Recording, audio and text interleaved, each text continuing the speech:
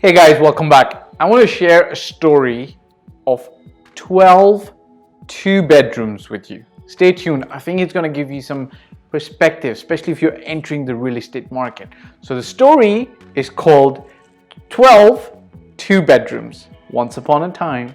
Okay, quick introduction. My name is Fahd Dawood. I've been doing this for 14 plus years internationally. I started in Toronto, Canada, and since 2007 in Dubai. I'm an investor, an agent, a trainer, a teacher, a broker, a mentor, and sometimes a punching bag. Okay, I'm also the author of The Intelligent Real Estate Investor. You can buy it off Amazon or you can order the ebook. There should be a link below. If you want to work with me to purchase a property in Dubai, or you need any of my other services such as, opportunity evaluation, property evaluation, help you negotiate, there is a contact form below. You can reach out directly to me. If you've got a general question, you can ask me in the comment section and I will answer.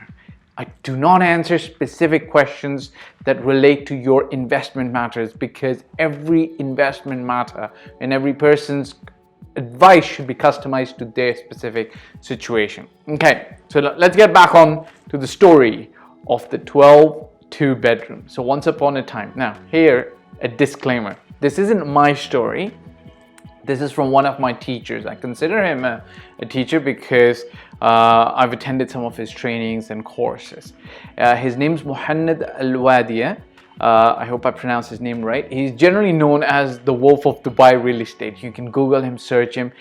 His information's out there. And if you speak Arabic, there's a ton of information that he delivers in terms of free advice in Arabic. Sometimes in English a lot as well, so you can check him out. Now, this is one story that he narrated in a property management course that I did with him, okay? Because you're always learning and upgrading. Just like you watch these videos and gain, I hope, something that's of benefit, I obviously continuously try to upgrade my knowledge and information as well, okay? So this is a story that I think he narrated, and it went back to 2004, from what I understand. And he was narrating the story of a billionaire gentleman. Now, I'm not going to reveal which country he was from, but a billionaire reached out to him and he said, "Hey, Muhammad, I want to buy 12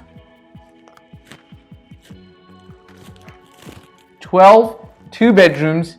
I think the area that was specified was Greens in Dubai, okay? In Greens. This was one of Emar's first projects in Dubai that they had launched. Prices really skyrocketed, really went up, then they kind of like tapered off.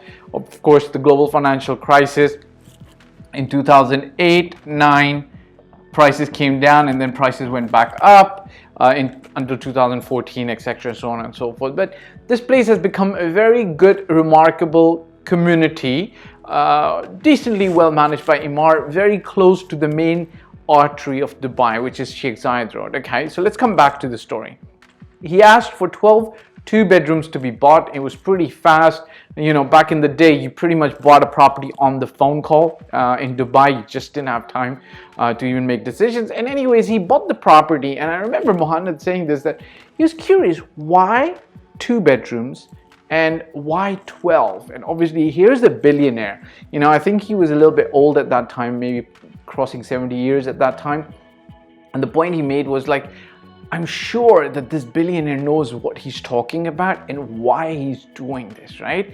And I think it wasn't until 2009 or 11 that he had the opportunity to sit down with him and ask him, why did you purchase 12 two-bedroom apartments? Now, let's take a step away from this whole story for a moment, and I'll narrate why I'm sharing this story with you, okay? One of my investors recently asked me this question, and it's a common question that most investors who are dabbling into the real estate market, it pops up into their mind. Should I buy a studio, a one-bedroom, a two-bedroom property, a three-bedroom, a townhouse, a semi-detached, or a villa? Which one's going to provide me with the best returns in the long term? Now, here's the thing. You can always look at every single kind of property and then look at both sides of the coin and discuss pros and cons. I'll give you an example, okay? Right now in Dubai, okay, we are in November 2020, but you can just go and check Property Finder data, any data website where you can check to see what's happening to prices, okay? What's happened is townhouses and villa prices have gone up in the last 1 or 2 months. One of the reasons is, and I identified this in one of my videos back in 2018 or 2019, essentially speaking, but the reason the prices are going up, hey, listen, remember this story, we come back to this, okay? But this digression is important because it's going to narrate a narrative. It's going to build a narrative for you to understand why every asset has its own reasoning or demand behind it, okay? And I identified this in 2017 and 2018. And I said, look, when you take a plot of land, you can essentially, on that small piece of land here, go 20 floors up, and essentially speaking, you're going to end up with 200 odd apartments, okay? But when you're building a townhouse or a villa community, you need a large space of land. Like, see, this one is about 20 times this size because this is the plot of land here, and here it's 20 times, and now you can build 300 townhouses, right? Okay, so this is what I was thinking. Hey, you know, Dubai's got a lot of apartments coming in. There are already apartments built up, and you know, it's pretty essentially easier compared to building a full villa or a townhouse community. Projects sometimes look easier, I'm just saying, okay? It's not always a direct comparison that this is always easy. Sometimes these projects are very grand and could cost more than the whole community, fine. But so one of my investors, I said, look, this is going to protect you in terms of price drops going forward because we've got some excess inventory in Dubai. This was 2017-18, I believe. Now, what's happened after this weirdness of the pandemic situation, and when we're like now, November, December, September, October, November, what's happened, what's caused prices to go up in the villa and the townhouse community is that there's a lot of second-hand, it's not second-hand, end users, buyers who actually want to live in these communities. They are coming in, right? They're starting to really take these up, and because you know, if you can afford a 3-bed apartment compared to a 3-bed townhouse, essentially they want this instead of an apartment, okay? So that's causing a little bit of an imbalance, and prices are going up in these established communities, okay? Will they continue going up? I don't know. Coming back to this story, so 12 2-bedrooms. He finally ended up asking him, why was it that you wanted to buy 12 2-bedrooms, you know, and not 1-bedrooms or studios at that time? And the investor answered him, and he said, essentially speaking, the reason I wanted to buy 2 bedrooms is because the stability in rent that they bring, okay? If you really think about it, who rents a 2-bedroom apartment, generally speaking, in Dubai? It's husband, wife, and either 1 kid or 2 kids. This is generally the case, okay? So it's going to be 4 people, okay? Generally speaking, the husband is going to be working, and maybe the wife is also working, but they've got a stable income coming in, okay? This is the general rule, okay? This is generally what we see because we manage a lot of properties as well, and we see this. So there's, I know you can't see this, so there's at least 4 people living there, and they've got stable income coming in. Sometimes the wife's income is just going to supplement the husband's income. Sometimes they're both supporting it. Essentially speaking, they've got 2 children, 1 and 1, and I don't know, you know, it's kind of like a trend in the world now, at least in the East, perhaps, like, you know, you get 2 kids, and I hear a lot of families say this, like, we're complete. You can comment on this, but you know, sometimes they're not going up from here, so there's no +1 being added. Sometimes they are, but if this isn't happening, or you know, if it's gonna happen 5-10 years later, when mom and dad get bored and these kids become too old and maybe they're going off to university, that's when they might have another one, but they might stay in the 2-bedroom. So what I see is this unit ends up staying in the 2-bedroom apartment the longest. So your churn is very low. Now, not only does the 4 stay there, They have good income. The other thing I find is they're very responsible tenants, okay? They're generally very responsible tenants because they know when the check is due, they know when the rent payment is due, they're rarely late, they don't give you any kind of fuss, any kind of problems. Now, this is compared to a studio or a one bed, okay? Now, obviously, you know who rents a studio. Studio is like a 450, 500 square feet area. Who rents a studio? Generally, bachelors, executive bachelors, girls, sometimes they share a studio. But as soon as they get married, generally speaking, they upgrade to the one bed. Okay, so I've got tenants here in 2 beds who might stay 3-4 years sometimes in the same apartment, 5 years sometimes, could be longer. Whereas in studios, you'll have churn. Like you might have a tenant stay there 1 year or 2 years.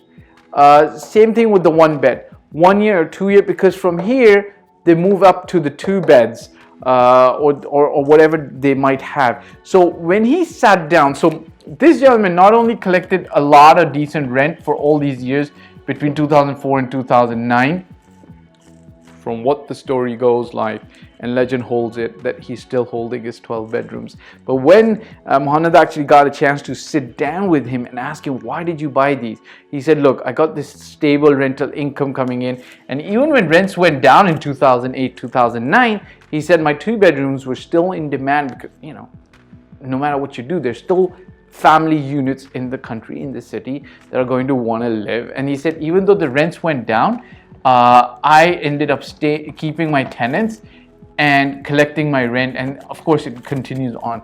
Now, obviously there is a unique situation right now where the 2-bedroom apartment sometimes competes with the 3-bedroom townhouse, right? The prices have really come down, then people will obviously, you know, you can't keep your tenant forever in your property. At some stage they are going to move on, right? And which is fine, you wish them well. Nothing wrong with that. But you know, I'm going to narrate a story to you, and people ask me like, what's better, a studio, 1 bed, or a 2-bedroom? 2-bedroom, your tenant's going to stay the longest. But does that mean that you should only purchase a 2-bedroom? Of course not, right? What if your budget only allows you to purchase a studio? That's fine, just get a good studio. What if your budget only allows you to get a 1-bedroom? That's fine again, just get a good 1-bedroom apartment, right? It doesn't make sense. And then there's other things that you would also look at, right? Studios generally give you the highest liquidity, okay? The reason the liquidity is highest because of the pool of buyers.